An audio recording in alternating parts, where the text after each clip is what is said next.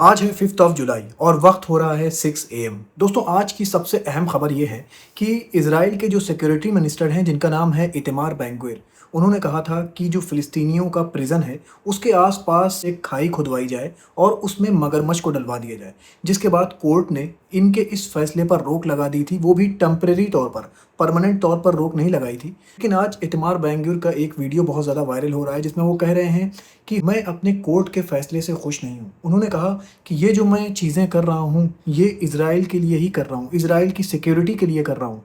कहीं फ़िलिस्तीन के जो कैदी हैं वो भाग न जाएँ, इस वजह से मैं फ़िलिस्तीन की जेलों के किनारे-किनारे खाई खुदवाकर उसमें मगरमच्छ को डलवाना चाहता हूँ और मेरी इस माँग को रिजेक्ट कर रही है कोर्ट, इसलिए मैं इज़राइल की कोर्ट से नाखुश हूँ। अब दोस्तों इनकी मंशा क्या है? ये तो इतमार बेन-ग्विर ही जानते हैं। क्या इनकी मंशा कैदियों को भागने से रोकने के लिए मगरमच्छ पालना चाह रहे हैं या फिर इनके दिमाग में कुछ और ही चल रहा है? अब मैं आपको क्यूबा की न्यूज़ बता दूं। दोस्तों क्यूबा में हालात बद से बदतर हो गए। वही क्यूबा जिसको अमेरिका बार-बार धमकी दे रहा है कि बहुत जल्दी हम कब्जा कर लेंगे क्यूबा के ऊपर। 1964 से क्यूबा के ऊपर ट्रेड एम्बार्गो का सैंक्शंस लगा रखा है अमेरिका ने, जिसके चलते बताया ये जा रहा है कि क्यूबा के हालात बद से बदतर हो गए हैं। क्यूबा में जो इलेक्ट्रिक ग्रिड्स होती हैं, नेशनल इलेक्ट्रिक ग्रिड्स जो होती हैं, वो फेल होती जा रही हैं। कई इलेक्ट्रिक ग्रिड्स फेल हो चुकी हैं, जिसके चलते अब हालात ये हैं कि क्यूबा के अंदर इलेक्ट्रिसिटी तक नहीं रह रही है। कभी-कभी तो ऐसा होता है कि 3-3 4-4 दिन इलेक्ट्रिसिटी नहीं आती है और मैं ये बात कर रहा हूँ क्यूबा के कैपिटल की। पूरा क्यूबा इस वक़्त तबाह और बर्बाद हो चुका है और डोनाल्ड ट्रंप कह रहे हैं कि ये जो बचा-कुचा क्यूबा है ये भी मुझे चाहिए। मैं आपको एक मैप दिखा रहा हूँ। इस मैप से आपको क्लियरली समझ में आ जाएगा कि फ़िलिस्तीन पहले कितना बड़ा हुआ करता था। धीरे-धीरे करके वो खात्मे की कगार पर पहुँच चुका है। 1917 में देखिए, ये मैप जो आप देख रहे हैं पूरा ग्रीन, ये फ़िलिस्तीन है। 1948 में देखिए ये जो अब सिमट के थोड़ा सा बचा है ग्रीन का इलाका, ये फ़िलिस्तीन है। 1967 में देखिए अब ये जो थोड़ा सा इलाका ग्रीन और कम हो गया है, ये फ़िलिस्तीन है। और अब 1995 में देखिए क्या हालात थे। और अगर अब का मैं आपको मैप दिखा दूं तो अब का मैप और ज़्यादा कम है।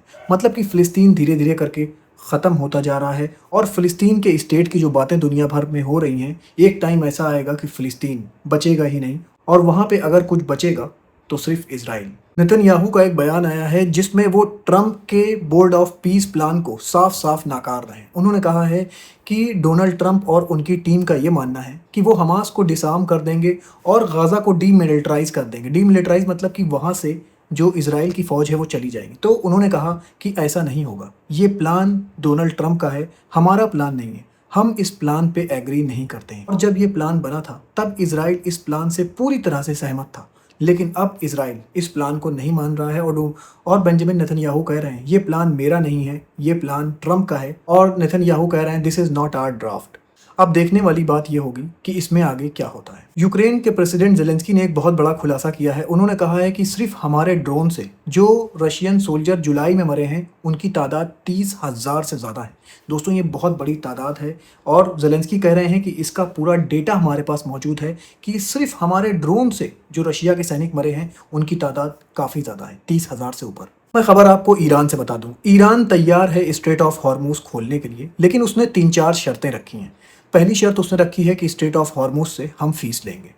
दूसरी उसने जो शर्त रखी है वो ये कि फ्यूचर में अमेरिका ईरान के ऊपर कोई भी हमला नहीं करेगा। और तीसरी जो शर्त ईरान ने रखी है वो ये कि जो स्ट्रेट ऑफ हॉर्मुज़ पर ब्लॉकेड लगा के रखा है यूएस ने, वो ब्लॉकेड हटा देगा, जिससे ईरान आराम से इंपोर्ट और एक्सपोर्ट कर पाएगा। चौथी ईरान की शर्त ये है कि जो उसके ऊपर जो भी सैंक्शंस लगे हैं वो सैंक्शंस हटाए जाएं और वो अपना सैंक्शन मनी भी मांग रहा है।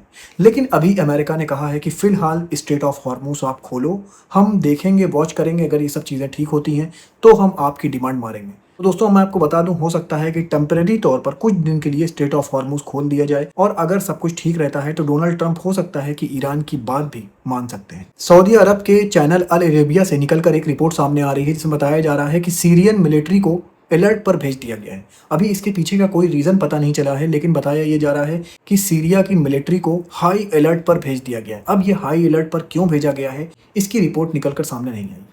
दोस्तों इससे ये पता चल रहा है कि कहीं कुछ बड़ा तो नहीं होने वाला है, क्योंकि अहमद अल शरा सीरिया के जो प्रेसिडेंट हैं वो डोनाल्ड ट्रंप के बहुत ख़ास हैं।